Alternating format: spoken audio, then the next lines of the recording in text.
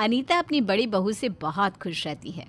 सास बहू की जोड़ी तो मानो ऐसी कि जैसे माँ बेटी हो। एक रोज अनीता नेहा से कहती है, एक बात कहूँ नेहा, प्रज्वल के लिए भी तेरे जैसी ही लड़की मिल जाएगी ना तो हमारा परिवार पूरा हो जाएगा और हमारी टीम में एक और मेंबर हमारे जैसा शामिल हो जाएगा और फिर हम तीनों सास बहू मजे करेंगे। मम्मी जी, नेहा इस धरती पर एक ही पीस है। नेहा जैसी लड़की मिलना मुश्किल नहीं नामुमकिन है। अनीता हंसने लगती है। हाँ भाई हाँ, मुझे पता है मेरी नेहा जैसी कोई नहीं मिलेगी मुझे, लेकिन प्रज्वल के लिए जो भी आए बस अच्छी आए। मम्मी जी, जैसी भी आएगी उसे हम दोनों मिलकर अपने जैसा बना देंगे। नेहा और अनीता दोनों लड़की देखने में लग जाती है। दोनों अपने अपने जान पहचान वाले लोगों में प्रज्वल की शादी के लिए लड़की देखने के लिए कह देते हैं। दिन बीतने लगते हैं। नेहा और अनीता बहुत रिश्ते देखती हैं, लेकिन उन दोनों को लड़की पसंद ही नहीं आती। इधर प्रज्वल को जब पता चलता है कि अनीता और नेहा उसके लिए लड़की देख रही हैं, तो वो सोचता है, मम्मी और भाभी से अभी मैं कुछ कहूँगा तो वो दोनों नहीं समझेंगी। स्वाति इन दोनों से बिल्कुल अलग है, उसके सोचने का तरीका डिफरेंट है। स्वाति के बारे में इन्हें पता चलेगा तो ये दोनों उसे कभी मेरी बीवी नहीं बनने देंगी। प्रज्वल उसी वक्त स्वाति को कॉल करके मिलने बुलाता है। क्या हुआ, तुमने मुझे इतनी जल्दी में क्यों बुलाया है? देखो, हमें अभी शादी करनी होगी। अचानक क्या हुआ? अरे अभी इस तरह शादी कैसे कर सकते हैं हम? तुम मुझसे प्यार करती हो या नहीं? और अगर प्यार करती हो तो इसी वक्त मुझसे शादी करनी होगी। अरे ये भी कोई बात है? पर तुम्हारे लिए मैं कुछ भी कर सकती हूँ। प्रज्वल अपने 10 साल के रिलेशनशिप को नाम देते हुए स्वाति से शादी कर लेता है और उसे घर ले आता है। दरवाजे पर प्रज्वल और स्वाति को देखकर नेहा का मुंह खुला का खुला रह जाता है। ये किसे उठा कर ले आए हो देवर जी?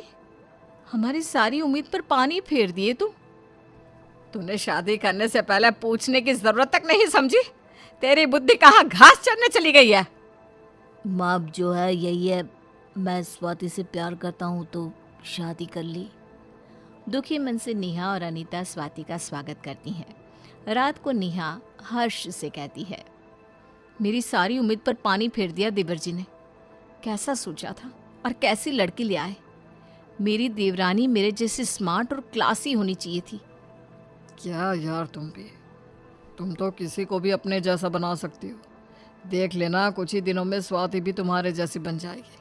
मुझे मेरी बीवी पर पूरा भरोसा है। तुम भी ना।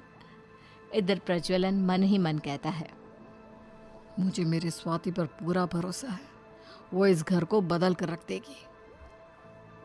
कुछ दिन बीतते हैं। बहुत दिवाली आने को है, घर की साफ सफाई और बहुत सारे काम पड़े हैं। अब तुम दोनों को ही सब कुछ देखना है। मम्मी जी, इसमें दिक्कत क्या है? हर बार की तरह हम लेबर से काम करवा लेंगे। 3 दिन में सब कुछ हो जाएगा। फिर हम खूब सारी शॉपिंग करेंगे। इस बार तो मैं 20,000 के पटाखे फोड़ूंगी। हाँ, मैं भी ना चटक रंग की साड़ी पहनूंगी। मुझे चप्पल भी लेना है। क्या स्वाति, तुमने साड़ी क्यों पहनी? अब साड़ी पहनता ही कौन है? दिवाली पर तुम ये साड़ी वाड़ी मत पहन लेना। कुछ अच्छा सा ड्रेस खरीदना। अब तुम इस घर की बहू हो, तुम्हें हम दोनों के जैसा बनना होगा। देखो, जब मम्मी जी ही साड़ी नहीं पहनती तो तुम्हें क्यों पहनना है? भाभी, साड़ी हमारी संस्कृति है। इसे पहनने या ना पहनने से मॉडर्निटी का कोई मतलब नहीं है। मुझे साड़ी पसंद है तो मैं पहनूंगी। अरे छोड़ना नेहा, इसे जो पहनना है पहनने दे। पर मम्मी जी, हम दोनों का लोगों में कितना नाम है। हमारे क्लास को खराब कर देगी स्वाति। स्वाति उन दोनों की बातों पर ध्यान नहीं देती और घर के कामों में लग जाती है। इधर दोनों सास बहू आराम से बैठी टीवी देखने लगती हैं और काम वालियों से सारा काम करवाती हैं। स्वाति गृहिणी की तरह रसोई में जाकर काम वाली से कहती है, दीदी आप ये सब छोड़ो, दिवाली की सारी मिठाइयाँ मैं खुद बनाऊंगी, आप बाकी काम करो। आज लग रहा है कि इस घर में बहू आएली है। दिवाली की मिठाइयाँ बहुओं को ही बनानी चाहिए भाभी, लेकिन मैं क्या कह सकती है। कामवाली रसोई की साफ सफाई में लग जाती है। स्वाति बताती जाती है और कामवाली उसी तरह काम करती है। अगले दिन घर की साफ सफाई के लिए लेबर आते हैं। तब अनीता और नेहा लेबर से कहते हैं, भैया आप दोनों मिलकर ना पूरे घर की साफ सफाई कर देना जैसे हमेशा करते हो। हम दोनों शॉपिंग पर जा रहे हैं, तुम लोग देख लेना हाँ अच्छे से। ठीक है, हम लोग कर लेंगे। अनीता और नेहा बाजार शॉपिंग पर चली जाती है और यहाँ लेबर उनके जाते ही आराम से बैठ जाते हैं। ये सब जैसे ही स्वाति देखती है वो तुरंत लेबर को झाड़ते हुए कहती है, आप लोग बैठे क्यों हो? आप लोगों पर छोड़ दिया तो फायदा उठाया जा रहा है। अब मैं इस घर में आ गई हूँ तो अब कोई फायदा नहीं उठा सकता। चलिए लगिए काम पर। हाँ मैडम, कर तो रहे हैं। स्वाति अपने सामने खड़े होकर काम करवाती है। 3 दिन का काम 1 दिन में ही खत्म करवा देती है। उधर अनीता और नेहा अपनी अपनी शॉपिंग में लगी रहती हैं। इस तरह धनतेरस आ जाता है। स्वाति पूरे घर को दुल्हन की तरह सजा देती है, पूरे घर में लाइटिंग लगवाती है। शाम को स्वाति पूरे घर में दिए जलाती है। दूसरी ओर नेहा और अनीता तैयार होकर अपनी अपनी सहेलियों के घर चली जाती हैं। एक तरफ अनीता और नेहा, दूसरी तरफ स्वाति अपने अपने तरीके से दिवाली मनाना शुरू करती हैं। छोटी दिवाली वाले दिन प्रज्वल स्वाति से कहता है, स्वाति भाभी और मम्मी ने दिवाली की कितनी शॉपिंग की है। दिवाली पर तुमने अपने लिए कुछ नहीं लिया। दिवाली में कुछ खरीदने से ज्यादा मायने रहता है खुश रहना। वो तो है, मेरी बीवी बहुत समझदार है। प्रज्वल, कल हम चलेंगे गरीबों में मिठाइयाँ और पटाखे बांटने। खुशियाँ बस अपनी नहीं दूसरों की भी होनी चाहिए।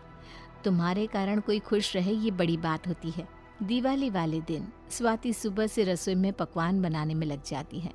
दोपहर तक खाना बनाकर स्वाति मिठाइयों के डिब्बे पैक करके प्रज्वल के साथ अनाथ आश्रम में बांटने चली जाती है।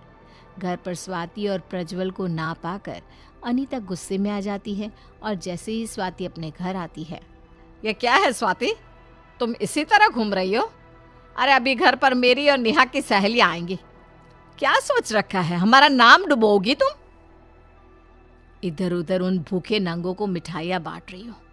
ये सब दिवाली पर कौन करता है? अरे कम से कम अपना हाल तो देखो, बन सवर के रहो। इतने में ही एक गरीब बूढ़ा आवाज देता है, सुबह से कुछ नहीं खाया, कुछ खाने को दे दो।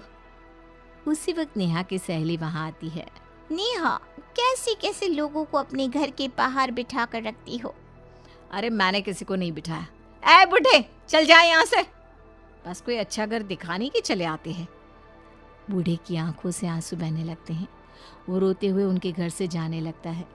नेहा अपनी सहेली के साथ बैठकर बातें करने लगती है और स्वाति तुरंत मिठाई का डब्बा लेकर उस बूढ़े के पीछे भागते हुए कहती है, बाबा, बाबा आज दिवाली है, मेरे घर से कोई रोकर नहीं जाएगा। आज तो सबकी आंखों में खुशी होनी चाहिए ना। ये लीजिए मिठाई और कुछ पटाखे। अब खुश होकर अपने घर जाइए। हाँ बाबा। मेरा तो घर नहीं, लेकिन तुमने इस बुढ़े को खाना खिलाया है। भगवान तुम्हें हमेशा खुश रखे। बुढ़ा स्वाति के घर के बाहर थोड़ी दूरी पर ही बैठ जाता है। इधर सब दिवाली की रोशनी में घूम रहे होते हैं और पटाखे छुड़ाने में मगन रहते हैं। हर्ष अपने घर के बाहर फ़ोन पर बात कर रहा था और एक गाड़ी वाला उसे टक्कर मारने ही वाला था कि वो गरीब बुढ़ा दौड़ते हुए हर्ष को अपनी ओर खींचकर उसे बचा लेता है। बाबा शुक्रिया, आज तुमने मेरी दिवाली खराब होने से बचा ली। मेरे साथ अंदर चलिए बाबा। हर्ष बुढ़े को अंदर ले आता है।